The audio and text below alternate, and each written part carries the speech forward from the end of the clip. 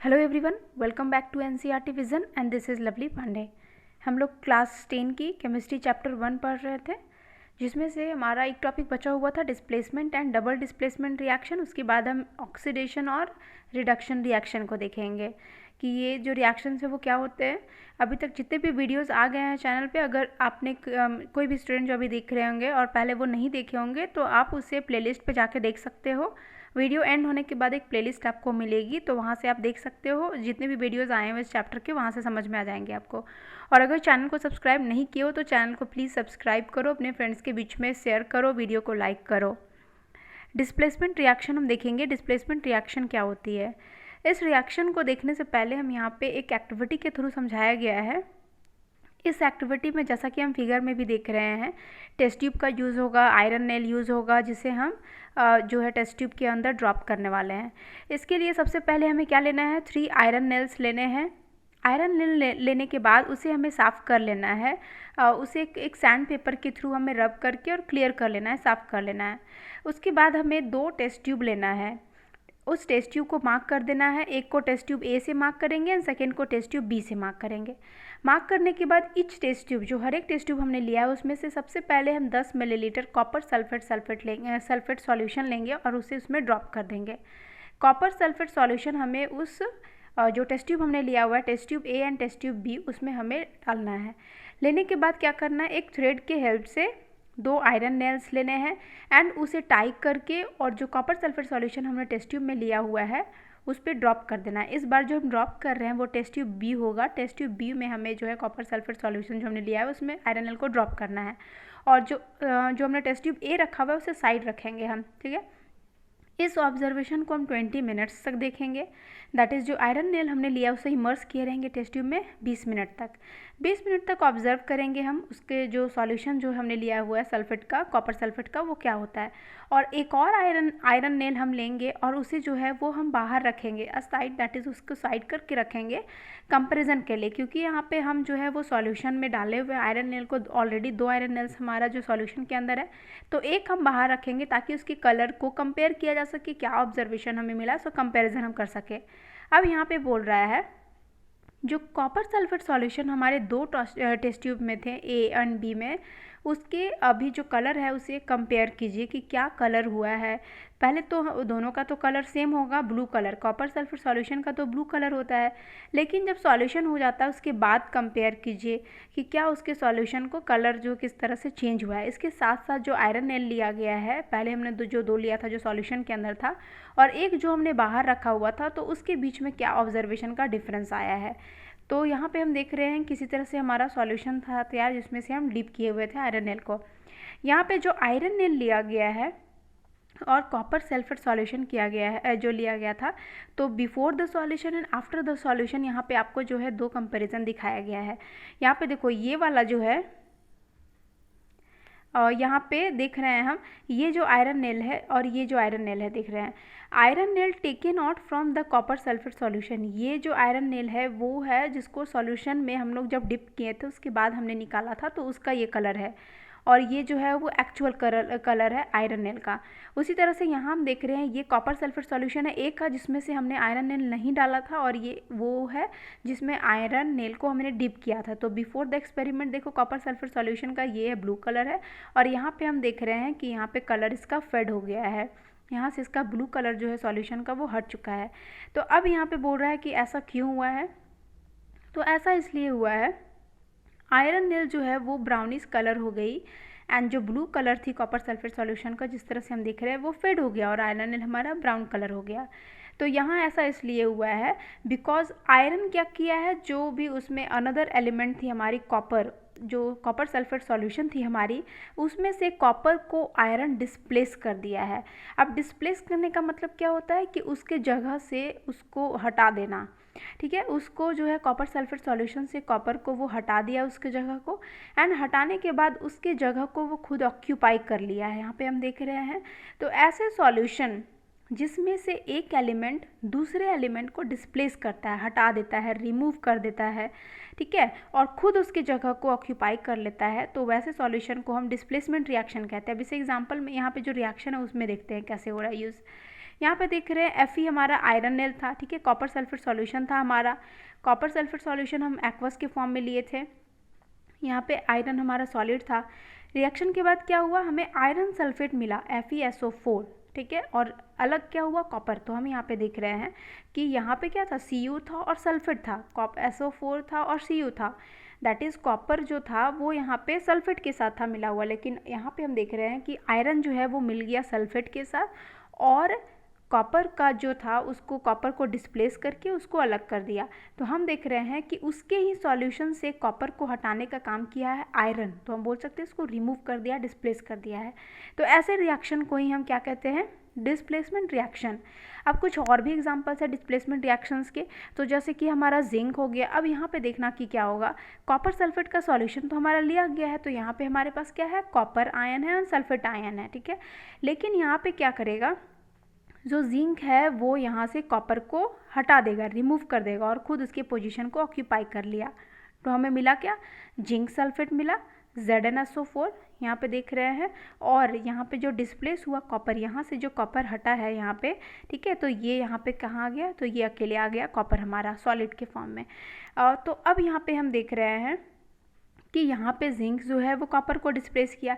Second फिर से एक और रिएक्शन है हमारे पास, यहाँ पे देखो लीड है, तो लीड क्या किया है, हमारे पास सॉल्यूशन यहाँ पे इस बार कॉपर क्लोराइड का है, ठीक है। यहाँ पे हम देख रहे हैं दो चीज़ का हमारे पास जो सॉल्यूशन तैयार हुआ है उसमें दो मटेरियल्स हैं, क्या क्या, एक कॉपर है, दूसरा हमारा क्लोरीन है, ठीक है। तो यहाँ पे भी क्या होगा, यहाँ पे देखो डिवीज़न हो जाएगा, और जो लीड है वो क्लोरीन के साथ मिलकर लीड क्लोराइड बना लेगा, और कॉपर फिर यहाँ से डिस्प्लेस हो गया, और कॉपर यहाँ पे हम देख रहे हैं फिर से अलग हो गया है।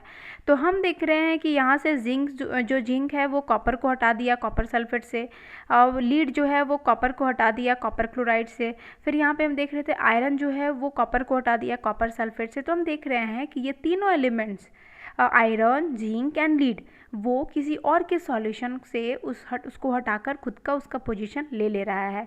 तो हम देख रहे हैं कि सारे केस में, तीनों केस में डिस्प्लेस हो रहा है।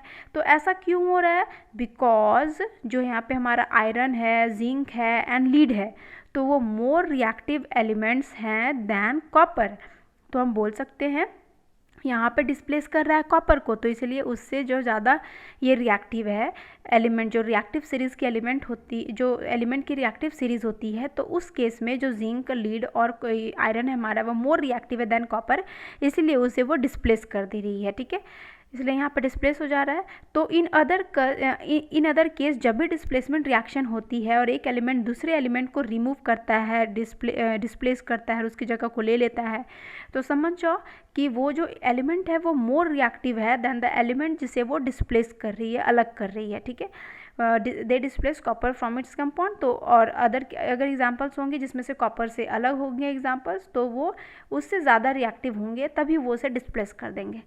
तो हम यहाँ पे देख रहे थे डिस्प्लेसमेंट रिएक्शन। अब फिर से हम नेक्स्ट क्या पढ़ेंगे, डबल डिस्प्लेसमेंट रिएक्शन। दो बार डिस्प्लेस हो रहा है, यहाँ पे दो जो है वो आयंस एक दूसरे को डिस्प्लेस कर रहे हैं। इससे सबसे पहले एक एग्जांपल जो हम एक्टिविटी के थ्रू समझेंगे इसे। तो सबसे पहले आपको बोल रहा है कि 3 मिलीलीटर सोडियम सल्फेट का सॉल्यूशन ले लेते हैं एक टेस्ट ट्यूब में। जैसे कि यहाँ पे दिख रहा है हमें, ये जो है सोडियम सल्फेट लिया गया है। एक दूसरा टेस्ट ट्यूब लेते हैं, उसमें से उतना ही अमाउंट में हम बेरियम क्लोराइड ले लेते हैं, ठीक है। फिर क्या करेंगे, एक दूसरे को यहाँ पे हम लोग मिक्स कर देंगे। मिक्स करने के बाद बोल रहा है कि अब यहाँ पे बताओ कि क्या ऑब्जर्वेशन तुम्हें मिलता है। तो हमें यहाँ पे दिखने को मिलेगा कि जो यहाँ पे जो हमारा सॉल्यूशन तैयार, ये दोनों को जो मिक्स करने का जो मिक्स सॉल्यूशन हमें तैयार हो रहा है, तो वहाँ पे हमें एक वाइट कलर का सब्सटेंस दिखेगा जो कि इनसॉल्युबल होगा इन वाटर में, ठीक है। अब यहाँ पे बोल रहा है कि एक अलग ही तरह का हमें सॉल्यूशन में वाइट सब्सटेंस मिलेगा जो कि वाटर में इनसॉल्युबल होगा, दैट इज़ उसमें घुलेगा नहीं, डिज़ोल्व नहीं होगा, ठीक है। अब ये जो इनसॉल्युबल सब्सटेंस जो कि डिज़ोल्व नहीं होता है वो क्या है, हमारा प्रेसिपिटेट है। तो हम बोल सकते हैं कि प्रेसिपिटेट क्या होता है, इनसॉल्युबल इनसॉल्युबल का मतलब होता है जो कि डिज़ोल्व नहीं होता है, ठीक है। इनसॉल्युबल सॉलिड, प्रेसिपिटेट का मतलब होता है इनसॉल्युबल सॉलिड। तो इनसॉल्युबल सॉलिड का फॉर्मेशन हो रहा है यहाँ पे, जो कि हमारा प्रेसिपिटेट है इस रिएक्शन में। तो कोई भी ऐसे रिएक्शन जिसमें से a reaction that produces a precipitate can called be a precipitation reaction. सबसे पहले तो हम प्रेसिपिटेशन रिएक्शन को यहाँ पे पढ़ रहे हैं। वैसे रिएक्शन जिसमें से इनसॉल्युबल सॉलिड सब्सटेंस का फॉर्मेशन होता है, प्रेसिपिटेट, तो वैसे रिएक्शन को हम प्रेसिपिटेशन रिएक्शन कहते हैं। सबसे पहले हम यहाँ पे प्रेसिपिटेशन रिएक्शन को समझे हैं, ठीक है। अब यहाँ पे जो पूरा जो प्रेसिपिटेशन रिएक्शन हुआ था वो किस तरह का, जो इक्वेशन के थ्रू हम देखेंगे। सबसे पहले हमने सोडियम सल्फेट लिया था, उसका फार्मूला क्या है, केमिकल फार्मूला Na2SO4, ठीक है। फिर हमने लिया था बेरियम क्लोराइड, BaCl2 हो गया, एक्वस के फॉर्म में है, दोनों एक्वस के फॉर्म में। एक्वस पता है ऐसे सॉल्यूशंस होते हैं जिसमें से वाटर होता है, as a substance water present होता है, ठीक है। तभी यहाँ पे जो प्रेसिपिटेट भी मिल रहा है हमारा वो क्या है, इनसॉल्युबल है, इन वाटर में, पानी में नहीं घुलने वाला, ठीक है। अब जो प्रोडक्ट बना वो क्या है, बेरियम सल्फेट मिला है हमें, BaSO4 जिसका फॉर्मूला है, एंड सोडियम क्लोराइड मिला है हमें, NaCl, ठीक है। तो हम यहाँ पे देख रहे हैं कि यहाँ पे देखो दो डिवीज़न हुए हैं बेरियम में, और बेरियम और क्लोरीन अलग है और सोडियम सल्फेट अलग है। तो बन क्या रहा है हमारा, BaSO4 बन गया, एंड जो नेक्स्ट बना वो सोडियम क्लोराइड बन गया। तो अब यहाँ पे देखो, ये तो हम बाद में पढ़ेंगे कि यही जो हमारा डिस्प्लेसमेंट रिएक्शन का यहीं पे स्टार्ट होता है। तो ये टर्म हम तब समझेंगे, थोड़ा सा हम पहले प्रेसिपिटेशन को ही क्लियर कर लेते हैं, ठीक है। तो ये हमारा प्रेसिपिटेशन रिएक्शन का था केमिकल इक्वेशन। अब हम यहाँ पे देख रहे हैं कि जो प्रेसिपिटेशन रिएक्शन हुआ था वो कैसे हुआ था। तो जो प्रेसिपिटेट जो हमारा बना था उसका जो फार्मूला यहाँ पे है वो क्या है, बेरियम सल्फेट है, BaSO4 जो बना है हमारा एज अ प्रोडक्ट वही हमारा प्रेसिपिटेट है, ठीक है। तो वो बना कैसे है, तो दो आयन से बने हैं। तो इसमें कौन कौन से दो आयन, तो यहाँ पे डिवाइड कर देते हैं। तो Ba2+ हो गया हमारा, और सेकेंड हो गया SO4 2- सल्फेट आयन और बेरियम का आयन। तो ये दोनों मिलके बेरियम सल्फेट बनाता है जो कि प्रेसिपिटेट रहा हमारा। जो अदर प्रोडक्ट हमारा बना है वो क्या है, सोडियम क्लोराइड बना था हमारा NaCl। तो वो जो रहा है वो सॉल्यूशन में, वो तो remain in the solution, solution के अंदर ही है, वो सॉल्यूशन के अंदर ही है। लेकिन एक वाइट कलर का ये जो है वो हमारा NaCl वो सॉल्यूशन में ही होगा, NaCl सॉल्यूशन में ही होगा। लेकिन जो प्रेसिपिटेट है और जो हमारा सॉल्यूशन है उसमें हमारा NaCl होगा, लेकिन जो प्रेसिपिटेट बना है वो घुलेगा नहीं, वो यहाँ पे आपको दिखेगा कि इनसॉल्युबल है, वो टेस्ट ट्यूब के नीचे दिखेगा कि वो इनसॉल्युबल है, वो घुला नहीं, ठीक है। फिर ऐसे रिएक्शंस इन विच यहाँ पे हम देख रहे हैं कि दो तरह का हुआ है, बेरियम सल्फेट बना हमें मिला हमें, सोडियम क्लोराइड मिला। तो ऐसे रिएक्शंस जिसमें से आयंस का एक्सचेंज होता है, जो भी रिएक्टेंट्स हम ले रहे हैं, रिएक्टेंट्स में जो आयन का चेंज हुआ, एक्सचेंज हुए आयंस, तो वैसे को हम डबल डिस्प्लेसमेंट रिएक्शन कहते हैं। अब यहाँ पे हम फिर से देखते हैं, यहाँ पे तो हम देख रहे हैं कि प्रेसिपिटेशन रिएक्शन को बताया गया कि क्या होता है प्रेसिपिटेशन रिएक्शन, लेकिन यहीं पे हमारा डबल डिस्प्लेसमेंट भी है। यहाँ पे देखो दो आयंस हैं, यहाँ पे देखो सोडियम हो गया और सल्फेट हो गया, और यहाँ पे क्या हो गया, दो हो गया, बेरियम हो गया और क्लोरीन हो गया। फिर यहाँ पे हमारा बना क्या, तो बेरियम सल्फेट, तो BaSO4। तो हम देख रहे हैं कि यहाँ पे जो आयन है Na का वो किसके साथ मिल गया, क्लोरीन के साथ मिल गया, NaCl का फॉर्मेशन हुआ। फिर यहाँ पे हम देख रहे हैं ये दोनों का फॉर्मेशन हुआ, और हम यहाँ पे फिर देख रहे हैं कि ये जो बेरियम है वो मिल गया सल्फेट के साथ और बना BaSO4 बेरियम सल्फेट। तो यहाँ पे तो हमें दिख ही रहा है कि 4 आयंस है प्रेजेंट, एक है हमारा सोडियम, एक है हमारा सल्फेट, एक हमारा बेरियम, एक हमारा क्लोरीन, ठीक है। तो 4 आयंस तो हैं हमारे। तो पेयर में दो दो का हो गया, Na का Cl के साथ हो गया पेयर, और सल्फेट का बेरियम के साथ हो गया पेयर। तो अब हम यहाँ पे देख रहे हैं कि जो दो तरह के आयंस जो एक्सचेंज हुए हैं, ये सारे आयंस एक दूसरे से एक्सचेंज करके और दो दो पेयर में बना के एक जो प्रोडक्ट हमारा फॉर्मेशन हुआ है, दो न्यू प्रोडक्ट, तो वैसे रिएक्शंस हम बोल सकते हैं डबल डिस्प्लेसमेंट रिएक्शन, जहाँ पे आयन का एक्सचेंज हो रहा है। या फिर इसे हम ऐसे भी मीन कर सकते हैं कि यहाँ पे जो है वो जो डिस्प्लेसमेंट है वो दो दो बार हो रहा है। वहाँ पे हम देख रहे थे कि सिर्फ जो है वो आयरन जो डिस्प्लेस कर रहा था कॉपर को, ठीक है। लेकिन हम यहाँ पे देख रहे हैं कि सोडियम जो है यहाँ पे बेरियम को डिस्प्लेस कर दिया है और खुद यहाँ पे बैठ गया है सोडियम क्लोरीन के साथ। उसी तरह से हम देख रहे हैं कि यहाँ पे जो बेरियम है वो सोडियम को डिस्प्लेस करके खुद उसकी जगह पे बैठ गया है और बेरियम सल्फेट का फॉर्मेशन हुआ है। तो हम यहाँ पे ये भी देख रहे हैं कि यहाँ पे जो एलिमेंट्स हैं वो एक दूसरे को डिस्प्लेस कर रहे हैं, लेकिन एज एन आयनिक डिस्प्लेसमेंट यहाँ पे भी हो रहा है, दो बार हो रहा है। तो ऐसे रिएक्शन जहाँ पे दो बार डिस्प्लेसमेंट हो रहा है या फिर एक्सचेंज ऑफ आयन्स हम बोल सकते हैं, आयन्स जो है वो बदल रहे हैं एक दूसरे के पोजीशन को बदल के और एक दूसरे का पोजीशन को ऑक्यूपाई कर रहे हैं, चेंज कर रहे हैं। तो वैसे रिएक्शन को हम क्या कहेंगे? वैसे रिएक्शंस को हम डबल डिस्प्लेसमेंट रिएक्शन कहेंगे। अब हम पढ़ेंगे ऑक्सीडेशन एंड रिडक्शन क्या होता है। तो अब यहाँ पे एक एक्टिविटी के थ्रू बोल रहा है कि एक चाइना डिश सबसे पहले हम लेते हैं जिसमें से हम 1 ग्राम कॉपर पाउडर लिए हैं। अब कॉपर पाउडर लेने के बाद क्या करेंगे? उसे बर्नर के हेल्प से उसे हम हीट प्रोवाइड करेंगे, ठीक है। तो उसका जो कलर को फिर हम ऑब्जर्व करेंगे कि उसका कलर क्या होता है। तो सबसे पहले हम देखेंगे कि जो कॉपर का जो कलर है वो तो ब्राउन ही होता है, लेकिन यहाँ पे बोल रहा है कि जब वो हीट करेंगे तो हीट करने के बाद एक तरह का लेयर का फॉर्मेशन होगा जो कि कॉपर ऑक्साइड होगा, ठीक है। कॉपर ऑक्साइड का फॉर्मेशन हो जाएगा इस जो हमने जो चाइना डिश में जो लिया हुआ है उस पर ब्लैक कलर का एक जो है वो सरफेस जो है वो लेयर बन जाएगा। तो ये जो है वो क्यों हुआ सबसे पहले बोल रहा है? तो ऐसा इसलिए हुआ बिकॉज सबसे पहले तो हमने कॉपर लिया था, लेकिन जब हमने उसे हीट किया, उसे बर्न किया तो ऑक्सीजन वो गेन किया, ठीक है। एंड ऑक्सीजन गेन करने के बाद जो कॉपर है हमारा वो कॉपर ऑक्साइड का फॉर्मेशन हुआ है वहाँ पे। यहाँ पे एज अ रिएक्शन के थ्रू हम देख रहे हैं कॉपर था ऑक्सीजन था तो मिलकर क्या बनाया? कॉपर ऑक्साइड बनाया। और ये जो कॉपर ऑक्साइड है यही हमारा क्या है? ब्लैक कलर का कोटिंग जो हमें दिख रहा है, हमने जो कॉपर लिया हुआ है चाइना डिश के ऊपर, तो यही हमारा क्या है? कॉपर ऑक्साइड, क्योंकि कॉपर ने ऑक्सीजन को गेन किया हुआ है, ठीक है। अब यहाँ पे बोल रहा है कि अगर हम इन केस हाइड्रोजन गैस को पास कर देते हैं, जो कॉपर ऑक्साइड हमारा जो लेयर बना हुआ है उसके ऊपर अगर हम हाइड्रोजन गैस को पास करते हैं तो जो ब्लैक कोटिंग जो हमें मिला हुआ था कॉपर के ऊपर वो वापस ख़त्म हो जाएगा एंड रिवर्स रिएक्शन हो जाएगा और फिर से हमें कॉपर ही मिल जाएगा। दैट इज़ हम बोल रहे हैं कि चाइना डिश में जो हमने लिया था कॉपर को वो ब्लैक कोटिंग ख़त्म हो जाएगा, ठीक है, और फिर से हमें ब्राउन कलर का कॉपर ही मिल जाएगा। तो इसलिए बोल रहा है कि रिवर्स रिएक्शन हो गया। अब यहाँ पे देखो एज अ रिएक्शन के थ्रू भी यहाँ समझाया जा रहा है कि कॉपर ऑक्साइड था, हाइड्रोजन गैस पास करा दिए, हीट तो दे ही रहे हैं बर्नर की हेल्प से, तो कॉपर फिर से अलग हो गया और यहाँ पे हमारा वाटर का फॉर्मेशन हुआ है। तो हम देख रहे हैं कि कॉपर हमें फिर से मिल गया।